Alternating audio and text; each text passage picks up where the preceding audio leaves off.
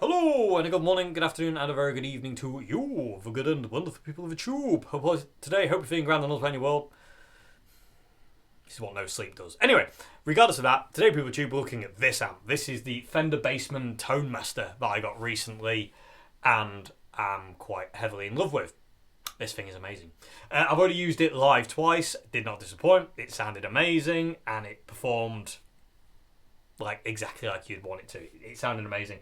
It was a joy to take about because it weighs nothing, it's light, it sounds huge, it's easy to dial in, the reverb in it is fantastic. I know the original Bassman didn't have a reverb, but this one does, and that's a good call on Fender's part to put that in. The 4 speakers sound fantastic. It's just a great amp. It just is. Simple as that. In my opinion. I love it. So, before I start talking about the specs of this thing, I want to talk about some of the, I don't know if you want to call it controversy or whatever you want to call it, worries, qualms, whatever you want to call it, about the Tone Masters. And I can understand them. I really can. There's a lot of fear in the of people buying these things. A, because they're digital. And if they die, well, this is the main reason, if they die, is it just a paperweight? Because it's not an amp in a conventional sense. It's a digital modelling amp. You know, this is a model of a 59 Bassman that Fender have put together using digital technology. It's not analog, it's not valve, it's completely digital. And there is literally nothing to this thing. There's like a little box. I'll put some video in here if I can get some footage of it here. And you can see it's just like a little box, a little silver box, and that's where all the gubbins lie and the pots, and that's all this amp is. There's nothing there, you know, hence why it doesn't weigh anything. And then you got your little, you can see your Jensen speakers as well. And there is that fear. And again, this is something you kind of have to ask yourself, and also something you kind of have to deal with if you do buy one of these things of, like, if it does die, what is it? What are you going to do with it? You know, I think what Fender should be doing is selling the modules independently of the amp. So if you're, because it is a module basically, if you're like the control section of your Bassman Deluxe Super Twin Princeton dies, you should be able to buy just the module to replace it. I can still imagine that's going to be quite expensive because that's where all the money is. The money's not in the speakers, the money's not in the cabinet or the tweed or the logos or the handle or the feet or anything, or the screws. The money is in the technology that makes this thing go. That's what you're buying. That's the expensive part. It's the same as like a Kemper or an Axe-Fx, you know what I mean? It's like the money's not in its housing and how it's kind of like, you know, it's still put together well because this is built like a tank. But the main chunk of your money is going on the technology that it runs on.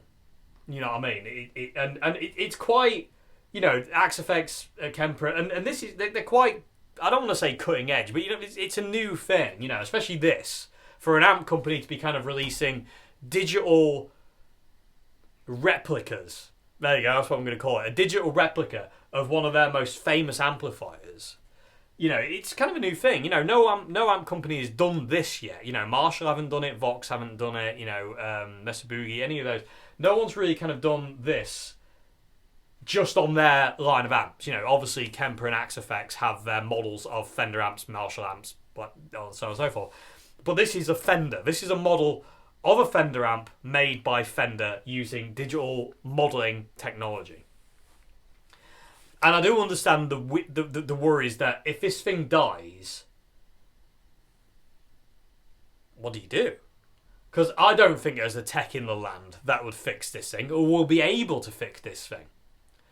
I'm under no illusions there whatsoever that that's not going to happen. You know, I can't take this to my amp guy and say, oh, it's blown up, can you fix it? He'll be like, no, most probably. And you're not going to send it back to Fender, are you? Because that's going to cost you a fortune. Especially if you live in the UK, sending it back to America and then getting it shipped back. Forget it, it's not going to happen. What I would do, personally, people with YouTube, is if this thing dies, when it dies, if it dies, I think what I would do is I would just retrofit another amp into it. take off the logos, get rid of that, and just use it as something else. You know, just retrofit another amp into it, whatever that may be. Which is a bit of a weird, it's a bit of a bummer because you're losing a lot of money. But at least you've still got a very, very nicely made tweed cab with 4 really good sounding 10-inch speakers. You know what I mean? And it looks amazing and it sounds amazing. These speakers are great. And the amp itself sounds great. I don't know. Anyway, what's your thoughts, POTT? Let me know your thoughts in the comment section below. I'd be curious to read your thoughts on this one. And again, if you do want one of these things, that is a question you have to ask yourself before you buy one. If it dies, what do I do? You know what I mean? Like I say, what I would do is just retrofit something else. I wouldn't be buying... I couldn't afford to buy another one of these things. But I couldn't afford to get it repaired at Fender by Fender. You know what I mean? And like I say, I like the idea that what Fender should do, like I say, is sell the modules separate. So if your module dies, you can just buy a new one. It arrives. This one goes in the bin. You put a new one in. Job's a good one. You got an amp back. But then again, it's a cost. Because these things are, what, 1,1400 quid? The module itself is going to be about 800, I would say, if they were going to sell that. So I do understand the qualms and the pitfalls of owning these things, because they are an expensive thing. But you could say that about any amp. You could go out and buy the valve equivalent of this thing, and it could die in 2 years' time. The valves could blow, and it could take the output transformer with it. Granted, you could then take it to a guitar tech who can fix it and get it back up and running. That's the bonus of that. And the same thing if it was analog solid state, you could get somebody to fix it because it's just resistors and capacitors and stuff like that, and transformers. This one doesn't have that, so it is a gamble, and it's a gamble you're going to have to ask yourself if you want one. Am I willing to do it? For me, I've gone for it because I wanted to know. And I've not been disappointed yet. It sounds amazing and I love it. And again, like I say, if it blew up and died, I would retrofit something else to it.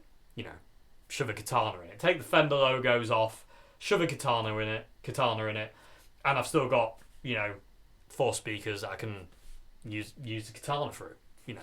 And it looks cool. You know, there's something about the way it looks. It's very, very posh and very, very cool, and it looks snazzy, and it looks good on stage as well. It does look very, very posh. And it's just a great... And again, it's light, which is another good thing. But yeah, what are your thoughts, POTT? Let me know in the comment section below. Anyway, enough on that. Let's talk about the amp now.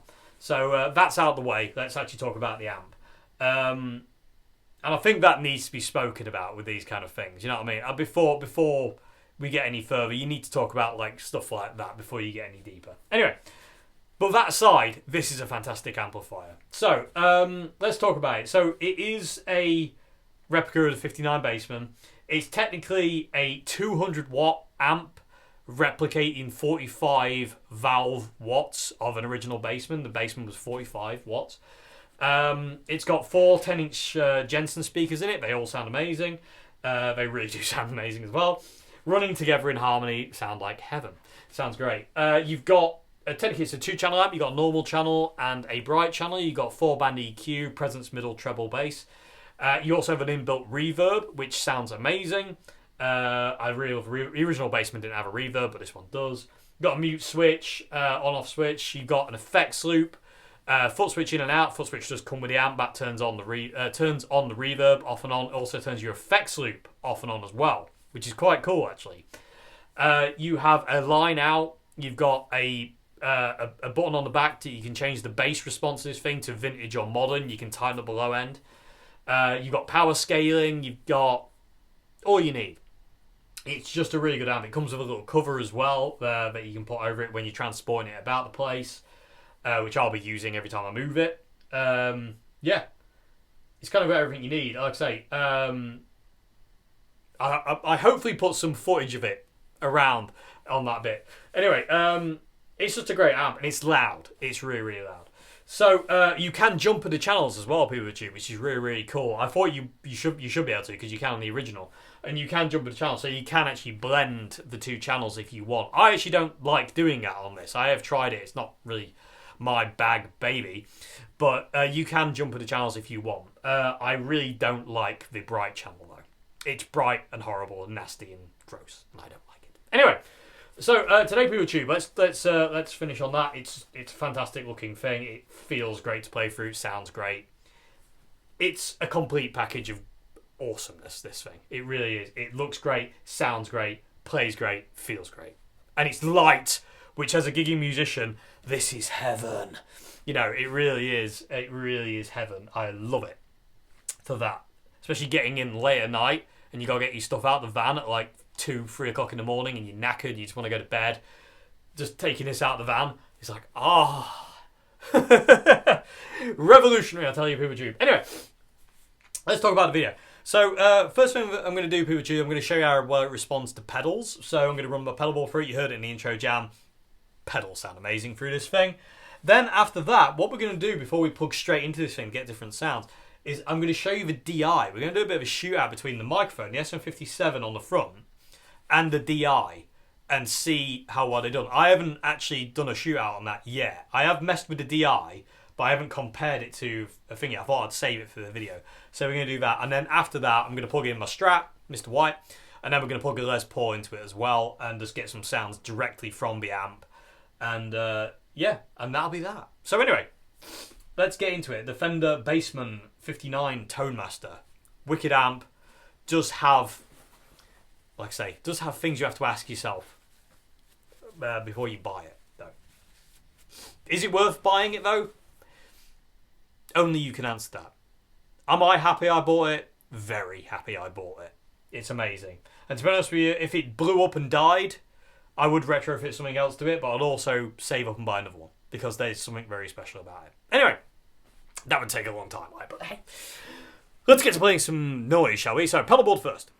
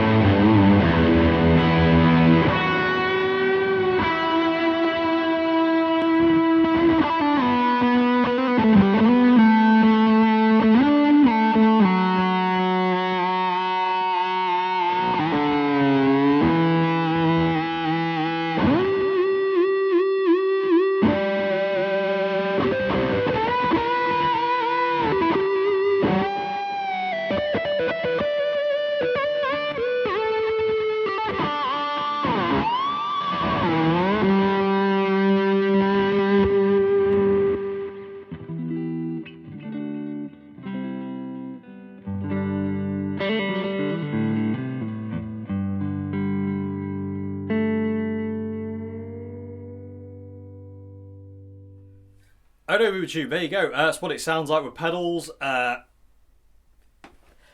takes pedals like a champ, even though it's a Bassman.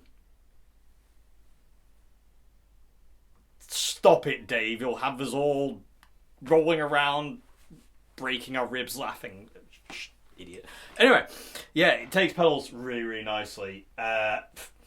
It's ridiculous, really. It sounds amazing. So, what we're going to do now, POTT, is I'm going to play a little bit using the Marshall jackhammer, and I'm going to switch to Marshall Governor on using the S57, and I'm going to do the exact same thing using the DI in the back as a little comparison. It'll be about, 30 seconds, so like 15 seconds of clean ish and 15 seconds of distortion, and then we'll just do a little comparison between the two, and I'll give you my thoughts afterwards as well, because I want to know how close the DI gets to an actual mic sound. And because every time I've gigged this, I've used it twice live, I've just used a mic on the front, but I have thought miking can be iffy sometimes, and I just thought, telling the sound guy, I'll just shove the XLR in the back, you know what I mean, just use the DI. They'll get a better signal. I won't knock the mic stand, and there's not going to be any kind of worries about miking up. So let's do that now. So let's do a little test on the DI.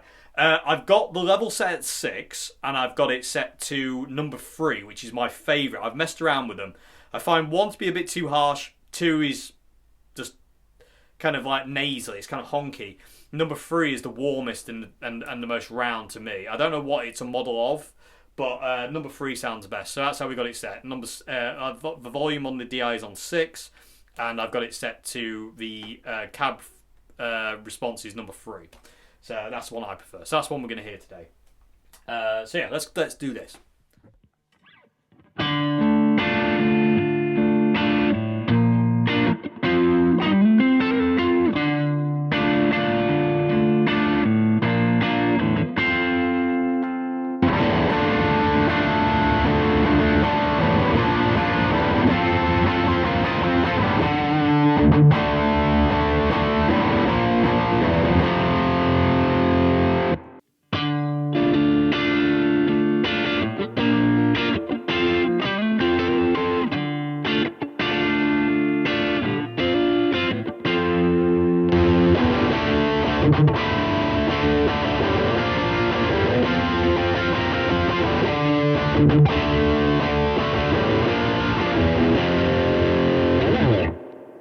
Okay, POTT, there you go. Oh, actually, something on the lens. What's that? Anyway, hello again. So there you go. That's the comparison between the DI and the mic. Personally, if I had to choose, I prefer the mic. It's a little bit warmer. It's a little bit darker. That is mainly due to where I have it mic'd, which is here. So let me talk about this quick. Amp miking, speaker placement, is like one of those things that changes amp to amp, and you have to find the spot that works for you. I always mic Fenders really far off the centre. The centre's there of the speaker. I have it really far off to the side because I find Fenders could be quite brash. What the DI seemed to be, for me, was it basically exactly the same. I mean, tonally, sounded great. It was a little bit brighter, a little bit harsher, but it'd be fine. But it sounds like the mic was more there, if you will. Instead of there, it's like an inch to the left, a bit more centre. Again, if you go in DI, that's not a big deal, because you could just say to the sound guy, if the sound guy's nice, could you just turn some of the high end down? You know what I mean? Or, to be honest with that though, if that was my sound at a gig, I wouldn't complain because it would cut. You know what I mean? And it's not harsh. It's not a nasty sound. And with the rest of the band playing, I reckon it'd be fine. So, to be honest with you, the DI gets a thumbs up from me. It works. I mean, I really want to use it at a gig to see how it goes. I really want to use the DI at a gig. So, at one of the gigs we've got coming up with Red Giant, I'm going to ask one of the sound guys very kindly, can I try the DI? Can we use the DI instead of a mic on the front? And see what they say, see if they'll let me. Because some guys are just like, no, this is what it is, and that's fair enough. You have to respect that. It's what they do. But I would like to try it and see what it's like. But for me, it sounded great. I prefer the mic. If I was given a choice, I'd prefer the mic. But ease of use, like a DI, like, an XLR into the back of this, that's it. That's very easy, you know what I mean? That is a very easy thing. You don't have to kind of like try and, again, that's the reason there's the tape on this cab, is to find that that's the sweet spot for me right there, and that's there to remind me. I've got it on my Katana as well, you can see there as well. And I have it on quite a few of my gigging amps, apart from my Marshall cab. I have this little L-shaped tape to basically show, A, the sound guy where to put the microphone, although most of them don't pay attention to it and put it wherever they want regardless, and then I have to move it. And also, B, for me, when I'm doing videos or recording, like, that's where I want the microphone. So, but yeah, what do you reckon, people too? What was your opinion on the DI versus the mic? Which one do you prefer and why? That was no comment section below. So, another thing, I had to recharge the camera after that, because I've been using the camera for other bits and pieces, and I forgot to charge it, so I had to put it on charge. And so I went and got something to eat, and I recently came back and started messing around with it.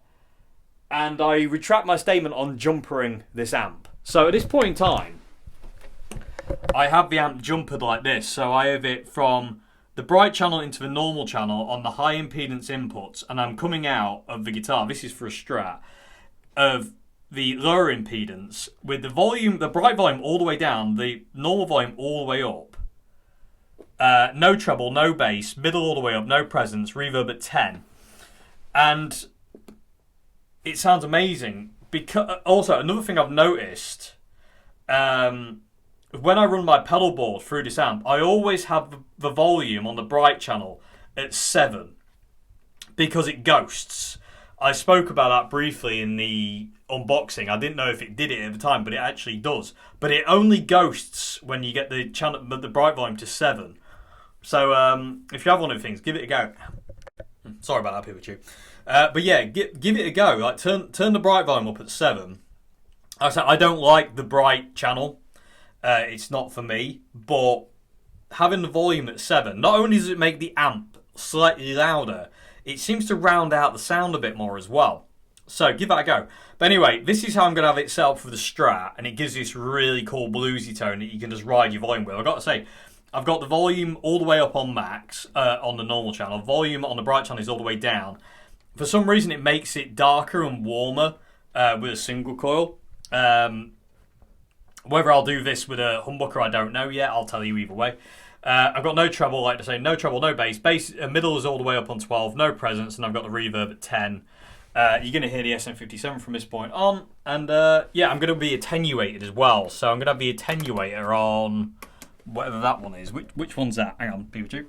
Okay, so I've got it attenuated down to the 5 watt mode. Whoa, where are we? It's pitch black. There we go. Hello. So I'm going to be on the 5 watt mode for these next load of sounds you'll hear.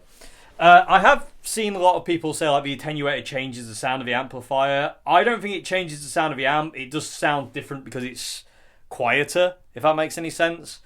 There's less low end if you attenuate it, but that's because it's quieter. I don't think it's a tonal change. I think it's more because it's quieter, it doesn't sound the same. It's like a psychological kind of thing. But I don't know. But anyway, I'm going to run it on 5 watt mode, which with this amp on 12 is loud. So and it's a fun sound. So anyway, that's enough waffle. Let's plug straight into this thing and make some noise. Make some more noise.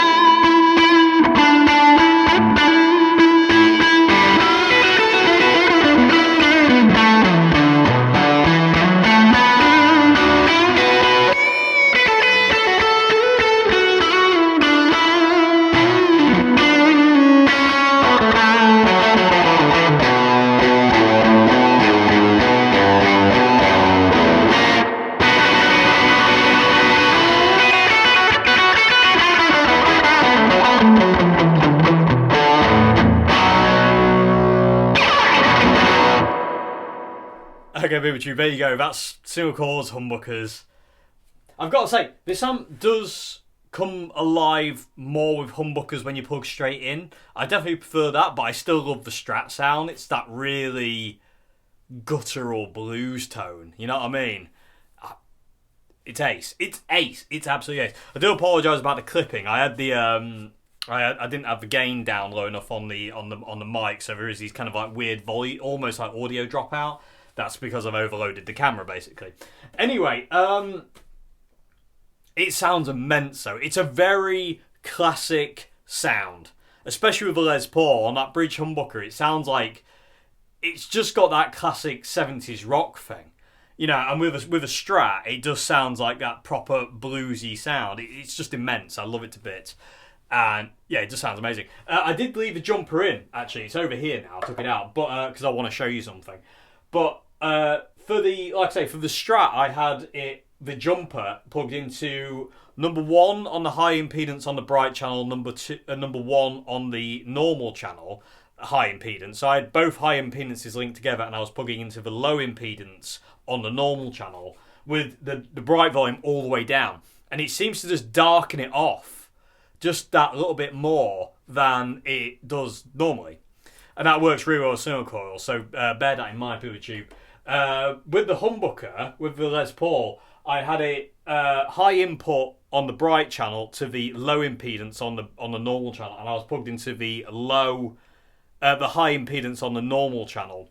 And the same deal, I had no bright channel turned on at all. I had just the normal channel dimed, and it just makes it darker. And I want to show you something really quick.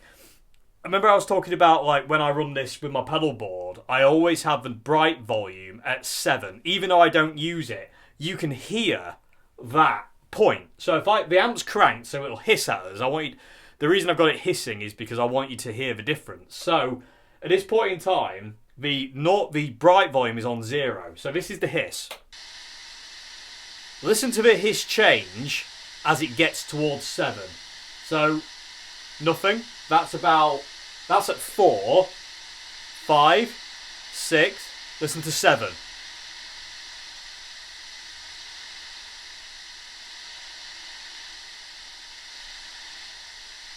I don't know if you'll be able to hear that, but let me do it really quick. So there's 7. You ready? I'll turn it away now. Listen to the hiss change.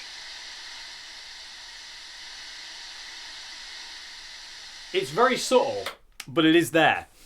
And it does do something to the sound. And also jumpering the amp, which is something I said I didn't particularly like, but I absolutely love now. That's how quick things can change. That was just from playing around. Because I'm a creature of habit, I tend to just kind of like go, that's the way I want it, and then I don't really kind of mess with things again. And I really should sometimes, and today has been an example of that. But just having the jumper in with the bright channel all the way down just darkened it off and made it even more happy for me. You can get so much out of this amp by just having it dimed out and just riding volume control, which is what I'd recommend if you have something like this. Just turn it all the way up and just ride your volume control. It sounds amazing, unless you're using pedals, of course. In which case, keep it quiet. Anyway, but yeah, that's it. Just to let you know the EQs as well. So when I was running my pedal board, I had reverb on 7, presence was on 10, middle was on 12, treble and bass were all on 0, and I had the bright channel at 7, and I had the normal channel volume at 3 for in the room. When I play this live, I run it about 4.5. You don't need it any louder than that. That's if you need to get this amp above 4.5, one of your members in your band is too loud. It's deafening at that point. So that's how I had it run for my pedal board. For the Strat, I had it jumpered, obviously, in the way I spoke about, and I had basically like the normal channel dimed, bright channel all the way down, bass, treble, and presence were all on 0, mids were all the way up on 12, and I was messing with the reverb. I had it on 12 eventually, but I started with it on 10. And then with the Les Paul, I had it jumpered in the way I just explained. I had the normal volume all the way up, bright volume all the way down, I've got treble at 5, bass is all the way off, mids are at 12, and presence was at 5 as well. So and reverb eventually I messed with and turned all the way up to 12 because I love a reverb in this thing. It sounds amazing, especially when it's dimed out. And that's the way. If I was to go to a gig with just this and like the Les Paul, that's the way I'd run it and just like have it on full whack and just ride the volume control, because the cleans you get on the volume control are really nice. It's just way more usable that way, in my opinion. But again, that's the way I do it. That's the way I would use it. Just plugging straight into it with cleans, it's just a cleans. Yeah, it's that kind of classic Fender clean sound. It works. Anyway, people tube, let me know what you thought to the Fender Bassman Tone Master. And again, let me know what your thoughts are to the whole kind of thing surrounding, like, when this dies, paperweight kind of thing. Because I would want another one of these. Because I love the way it sounds. It's like the Deluxe. If my Fender Deluxe Tone Master ever died, I would want another. It would take me a while to save for another, but I would happily buy another one because they are amazing and they sound great. And this one sounds nothing like the Deluxe. The Deluxe sounds nothing like this. They are proper what they are. It's great. This one does sound like a Bassman. That one does sound like a Deluxe, in my opinion. I'm sure there'll be a lot of people out there going, "No, Dave, you're wrong!" But my experience of playing through these, that's what they sound like. But hey, what do I know? But yeah, I really I love this album. Like I say, I'm going to be gigging it as well, and it'll be interesting to see because we've got quite a lot of gigs coming up, and the tour we've got in May with Red Giant, I'm thinking this might be the main amp. Let's see if it lasts all 21 gigs, shall we? I think it will, but I don't know. You don't know, because again, this is going to be left in the van overnight. It's going to be, different temperatures and this and the other. It's going to be kited in and out. It's going to get some battle scars. It's already got one down here where I accidentally scuffed it. But that's fine. And again, I'm not after selling it, and I don't care about it being pristine. I bought it to use it, and that's what's going to happen. But let me know your thoughts. Anyway, I'm going to shut up waffling. I'm sure that this video's gone on for long enough, and you're very busy people, so I don't want to keep you doing longer. Let me know what your thoughts are on this. Let me know what you thought to the sound. I love the sound of this thing. It doesn't sound like any of my other amps, which I really like as well. I love it when that happens. Yeah. And it looks cool. It just looks cool, doesn't it? I mean, let's be honest here. Anyway. Thank you very much indeed. I'll swallow and spit. I'll see you again very soon for another video, POTT. If you like the channel, like the videos I do here, please consider becoming a patron at Patreon. Links to that are down there in the description box. Yeah, other than that, what an amp. What an amp. I do love it. I love it with a Les Paul as well. Straight in. Matron. Anyway, see you later. Goodbye now. Have a good one.